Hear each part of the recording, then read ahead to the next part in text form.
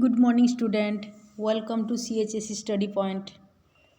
आज आम +2 द्वितीय वर्ष इकोनॉमिक्स बहिर प्रथम अध्याय अर्थशास्त्र संज्ञा परिसर और विषय वस्तुटीर पार्ट 3 को पढ़ा।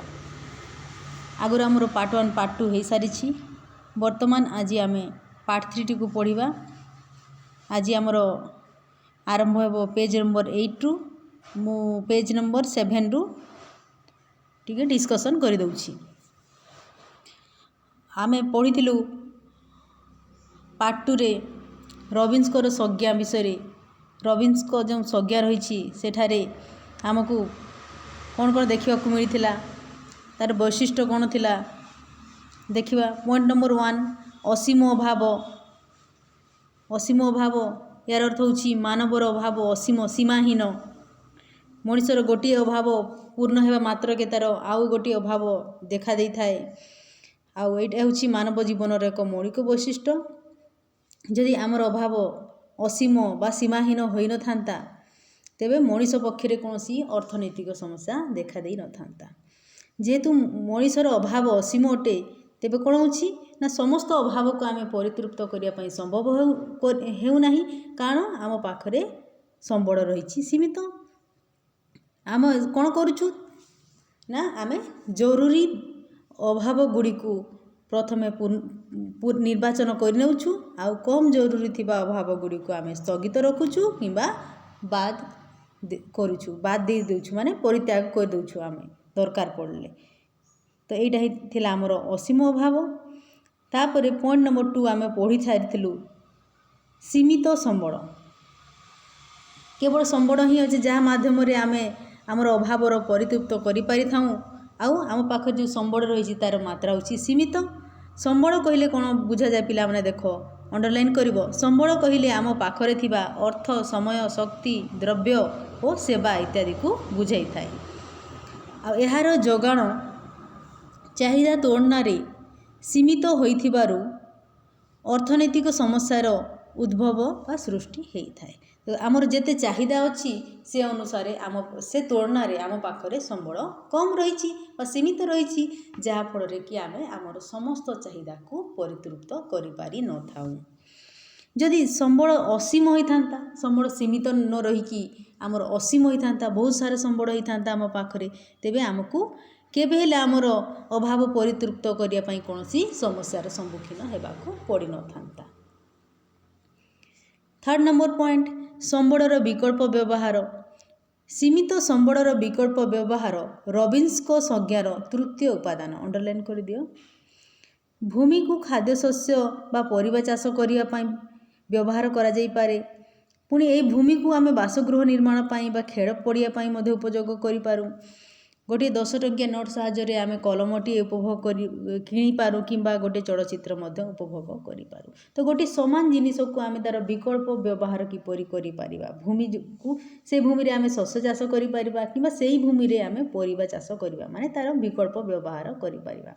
गोटे 10 टंकिया नोट साहाय्य आम गोटे कलमटी किणी पारिबा किंबा सेही 10 टंकिया नोट साहाय्य आम चलचित्रटी को उपभोग करि पारिबा। एटा होची आमर संबलर विकल्प व्यवहार।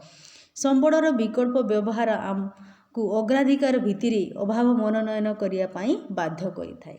तो ये संबलर विकल्प व्यवहार जो आम कौन कर जोटा आमको खूब जरूरी द्रव्य खूब जरूरी होता है से अभाव को आम प्रथमे पूर्ण कर तो आम यहाँ बाछि था केटा खूब जरूरी और केटा कम जरूरी। जोटा खूब जरूरी आगे आम ताको पूरण कर। सीमित संबलर विकल्प व्यवहार अर्थनैतिक समस्या को तीव्रतर कर देछि। आ जो आम पाख जो सीमित संबल रही ता सहित आम विकल्प व्यवहार रही जहाँफल कि अर्थनैतिक समस्या कौन होता है या अर्थनैतिक समस्या को तीव्रतर करें। 4 नंबर पॉइंट देख 4th पॉइंट कौन अच्छी गुरुत्व क्रम अभावर श्रेणी विभाजन। गुरुत्व क्रम अभावर श्रेणी विभाजन तार अर्थ कौन देख मनुष्यर अभाव सीमाहीन एवं यही सीमाहीन अभाव को मध्यरु समस्त अभाव समान गुरुत्वपूर्ण बा जरूरी नुहति। आमर अनेक सारा अभाव रही गोटे कलम अभाव रही गोटे खादार अभाव रही गोटे ड्रेसर अभाव रही गोटे मोटरसाइकिल अभाव रही সেটা ପୂରଣ ହୋଇଗଲେ କାହାର ଅଭାବ ରହିବ, ମାନେ ଆସିବ। ଏମିତି ଅଭାବ ବହୁତ ସାରା ଅଭାବ ରହିଛି, କି କାହାର ଅଭାବ ମଧ୍ୟ ରହିଛି। ତ ଆମ ପାଖରେ ଯେଉଁ ଅସୀମ ଅଭାବ ରହିଛି, ସୀମାହୀନ ଭାବରେ ଅଭାବ ରହିଛି, କିନ୍ତୁ ସବୁ ଅଭାବଟା ଆମର ଗୁରୁତ୍ୱପୂର୍ଣ୍ଣ ବା ଜରୁରୀ ନୁହେଁ। କେତେକ ଅଭାବ ଅଧିକ ଜରୁରୀ ହୋଇଥିବା ବେଳେ ଆଉ କେତେକ ଅଭାବ କମ୍ ଜରୁରୀ ହୋଇଥାଏ। ଅନ୍ୟ କେତେକ ଅଭାବ ଆଦୌ ଜରୁରୀ ମଧ୍ୟ ହୋଇନଥାଏ। ତ ସୀମିତ ସମ୍ବଳ ହେତୁ ଆମକୁ ଜରୁରୀ ଭିତ୍ତିରେ ଅଭାବର ଶ୍ରେଣୀ ବିଭାଗ କରିବାକୁ ପଡ଼ିଥାଏ। ଯେହେତୁ ଆମ ପାଖରେ ସମ୍ବଳ ସୀମିତ ରହିଛି, ତେଣୁ ଆମେ କ'ଣ କରିବା, ଯେଉଁ ଅଭାବ ଗୁଡ଼ିକ ଖୁବ୍ ଜରୁରୀ ତାକୁ ଆମେ ତା'ର ଶ୍ରେଣୀ ବିଭାଗ କରିବା ଏବଂ କମ୍ ଜରୁରୀ ଥିବା ଅଭାବକୁ ଆମେ ସ୍ଥଗିତ ରଖିବା କିମ୍ବା ବାଦ୍ ଦେବା।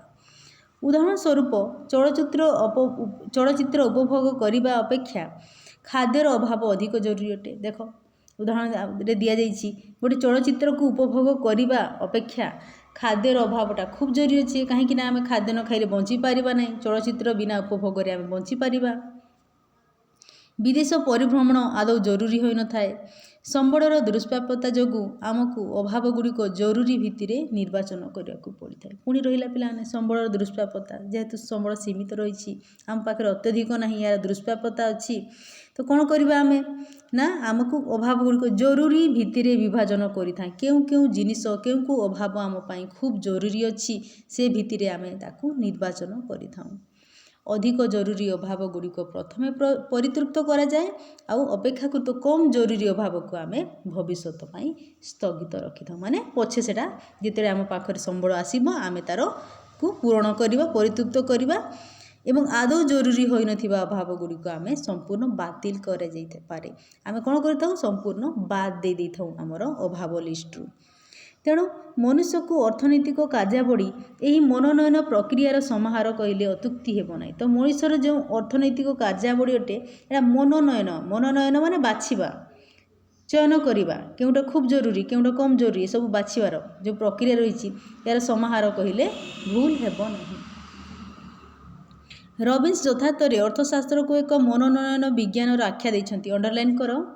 ରବିନ୍ସ କ'ଣ କହୁଛନ୍ତି, ଅର୍ଥଶାସ୍ତ୍ରକୁ ମନୋନୟନର ବିଜ୍ଞାନ, ଗୋଟେ ମାନେ ମନୋନୟନ କରିବାର ଚଏସ୍, ତାର ସାଇନ୍ସ ଅଫ୍ ଚଏସ୍ ବୋଲି କହୁଛନ୍ତି, ବିଜ୍ଞାନ ବୋଲି ଆଖ୍ୟା ଦେଇଛନ୍ତି। ଏହି ମନୋନୟନ ମୂଳରେ ଥାଏ ଦୁଷ୍ପ୍ରାପ୍ୟ ସମ୍ବଳର ବିକଳ୍ପ ବ୍ୟବହାର। ଆଉ ଏହାର ମୂଳରେ କ'ଣ ରହିଛି, ଦୁଷ୍ପ୍ରାପ୍ୟ ସମ୍ବଳ, ଯେଉଁ ସମ୍ବଳ ଲିମିଟେଡ଼ ଅଛି, ଅତ୍ୟଧିକ ପାଇବା ପାଇଁ ତାର ଦୁଷ୍ପ୍ରାପ୍ୟତା ରହିଛି, ତାର ବିକଳ୍ପ ବ୍ୟବହାର, ଆମେ ବିକଳ୍ପ ବ୍ୟବହାର କରିଥାଉ। ଏହି ଆଭିମୁଖ୍ୟ ଅନୁଯାୟୀ ଦୁଷ୍ପ୍ରାପ୍ୟତା ହେଉଛି ସମସ୍ତ ଅର୍ଥନୀତିର ସମସ୍ୟାର ଜନନୀ। ଦୁଷ୍ପ୍ରାପ୍ୟତା ହିଁ ହେଉଛି ଆମର ଅର୍ଥନୈତିକ ସମସ୍ୟାର ଜନନୀ।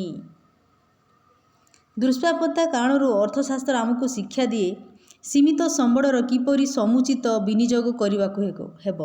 ଏ ଯେଉଁ ସମ୍ବଳର ଯେଉଁ ଦୁଷ୍ପ୍ରାପ୍ୟତା ଅଛି, ଏଥିରୁ ଆମେ କ'ଣ ଶିକ୍ଷା ପାଇଥାଉ ନା, ସୀମିତ ସମ୍ବଳକୁ ଆମେ କିପରି ସମୁଚିତ ବିନିଯୋଗ କରିବା।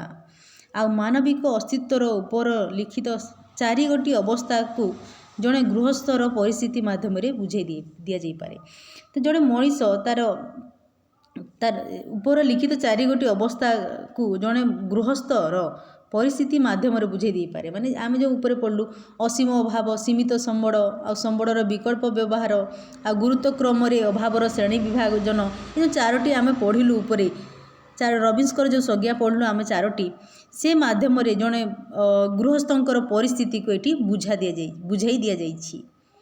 ଗୋଟେ ମାନବିକ ଅସ୍ତିତ୍ୱର ଉପରଲିଖିତ 4ଗୋଟି ଅବସ୍ଥାକୁ ଜଣେ ଗୃହସ୍ଥର ପରିସ୍ଥିତି ମାଧ୍ୟମରେ ବୁଝାଇ ଦିଆଯାଇପାରିଛି। ଏଠି ଦେଖ, ଜଣେ ଗୃହସ୍ଥର ଆୟ ସୀମିତ, ଧରାଯାଉ ମାସିକ 30,000 ଟଙ୍କା ପାଉଛି ସେ, କିନ୍ତୁ ଗୃହର ସମସ୍ତ ସଦସ୍ୟଙ୍କର ଆକାଂକ୍ଷାକୁ ମାନେ ତାର ଇଚ୍ଛାକୁ ହିସାବକୁ ନେଲେ ତାର ଅଭାବ ଅଗଣିତ। ଯେତେବେଳେ ଘରର ସମସ୍ତ ସଦସ୍ୟଙ୍କର ଯେଉଁ ଅଭାବ ରହିଛି ତାକୁ ହିସାବକୁ ନିଆଗଲା ବେଳକୁ ତାର ଅଭାବ ଅଗଣିତ ଅଭାବ ହୋଇଯାଉଛି।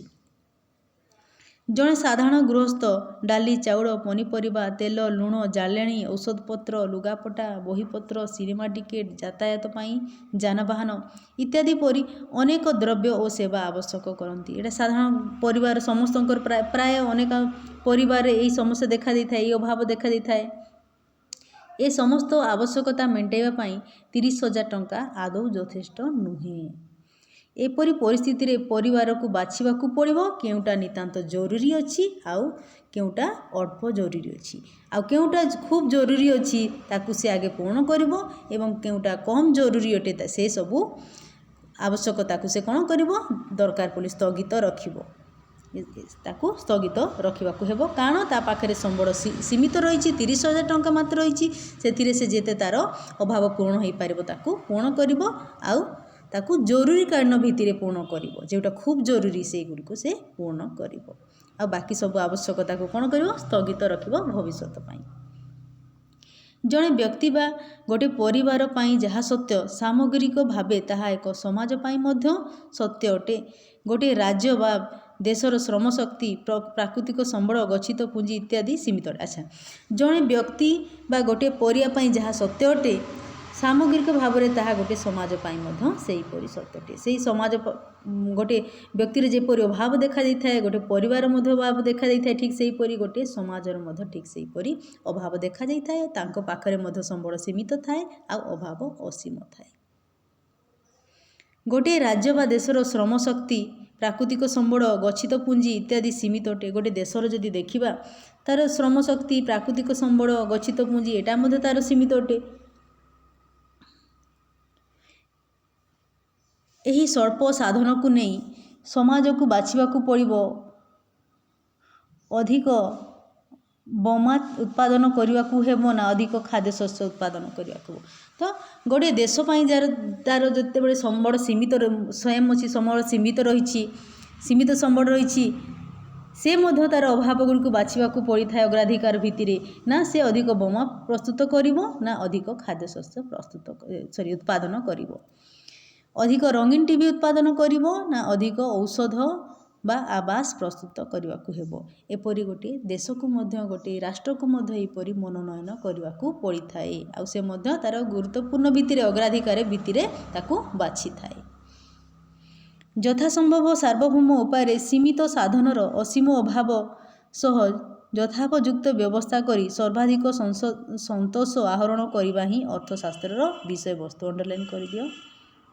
यथासंभव जेते ही पारे सर्वोत्तम उपाय सीमित संबल बा सीमित साधनर असीम अभाव सह यथापयुक्त व्यवस्था सर्वाधिक संतोष आहरण करने ही अर्थशास्त्र विषय वस्तु वर्तमान देखिवा रॉबिन्स को संज्ञार समीक्षा